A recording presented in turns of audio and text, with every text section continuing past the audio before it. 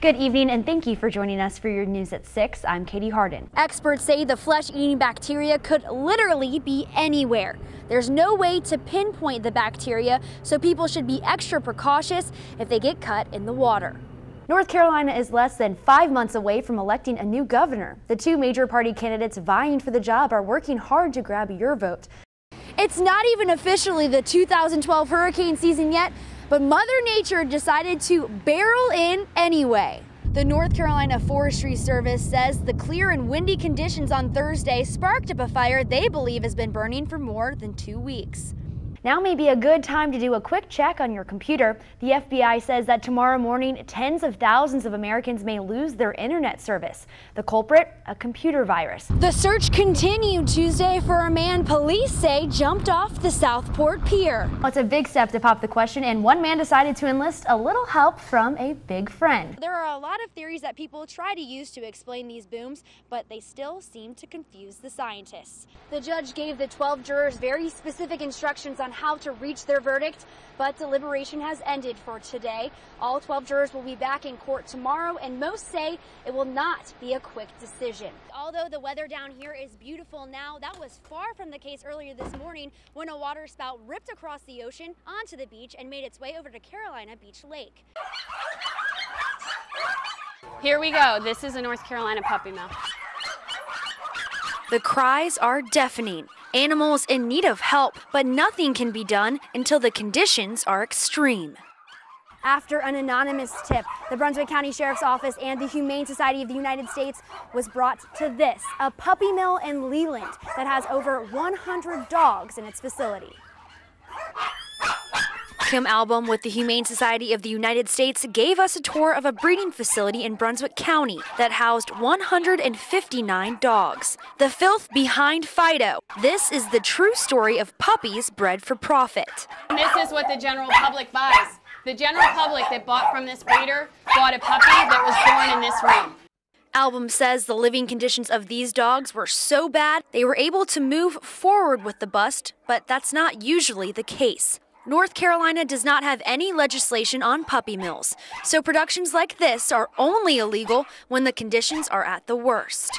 There is absolutely no rules or regulations for breeders that sell to the general public. You only have rules if you sell to research labs or pet stores. That means no licenses, no inspections, no regulations, just profit for breeders. Album says practices like this give responsible breeders a bad name. Breeders like this put a stigma on dog breeders. We have wonderful, responsible breeders in North Carolina, but look at this. Look at this.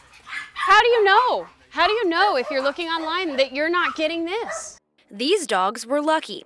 They were removed and taken to facilities across North Carolina to be adopted by loving homes. Other pups won't be as fortunate. Right now, Senate Bill 460 is the only proposed legislation placing some regulations on breeders, but that bill stalled out in the House in the 2009-2010 session. Representative Carolyn Justice says with puppy mills like this popping up across the state, she thinks the bill may receive new life in the next session and hopefully will pass, putting pressure on breeders like this. Album says she sure hopes so, because situations like this never get easier. I know! You are out of here! Woo! You are out of here! In Leland, Katie Harden, WWAY News Channel 3. Scotland County has the highest unemployment rate in North Carolina at 17.6%. The community here in Laurinburg agrees that this high number affects the entire community. People love this community and are not anxious to leave it, but I think you end up having to go out of the community to find a job because we are small and we don't have enough to offer. Many businesses have closed and jobs are hard to find here. Some folks say they have to drive for hours to find work. It takes me 2 hours to get to work, but I have to go all the way to Wilmington just to work because there's nothing down here. The lack of jobs may mean more than just economic trouble in the region. It's like it's hard for everybody to find a job, and I feel like it coincides with the crimes that's being committed, people's houses getting broken into, stuff like that, because people don't have no work and people want to eat. Republican gubernatorial hopeful Pat McCrory visited a plant in this mostly Democratic county Tuesday to address the unemployment problem. He says a stronger connection between businesses and those without jobs is necessary. We need a long-term economic development plan out of the governor's office, which is going to try to connect the unemployed with needed workers at plants such as this. McCrory agrees the problem is bigger than just a lack of work. He says it goes all the way inside the pocket of the taxpayers. My goal is to get these people off of unemployment, not only for their sake, but the sake of the taxpayer of North Carolina. In Laurinburg, Katie Harden, WWAY News Channel 3. Randy Gallagher is the Turtle Man. He travels the region showing off his prehistoric pets. I play with turtles all day. I don't have grandchildren, so I get to play with everybody's grandchildren and have a blast all day long. It's a good job. Okay, so they're not really turtles. The gentle giants are actually African land tortoises, and they are often sold as pets. Gallagher takes his 8 tortoises to grassy locations and lets people pet and play with them for free. He says for him, it's not about the money.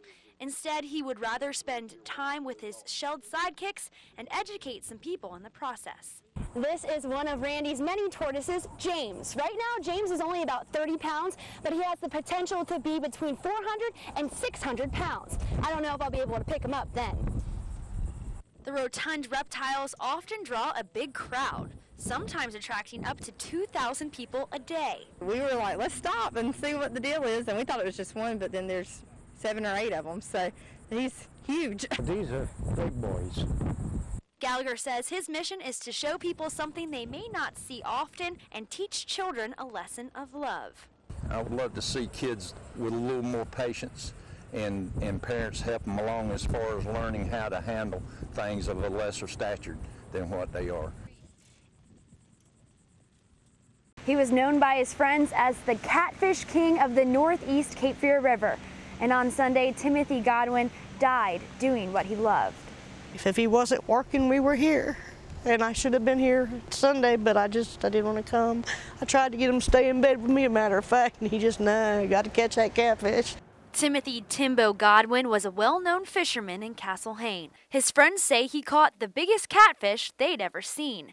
Godwin and his best friend and fishing buddy George Kaysen spent many hours on the dock on the river. Kaysen was with Godwin Sunday.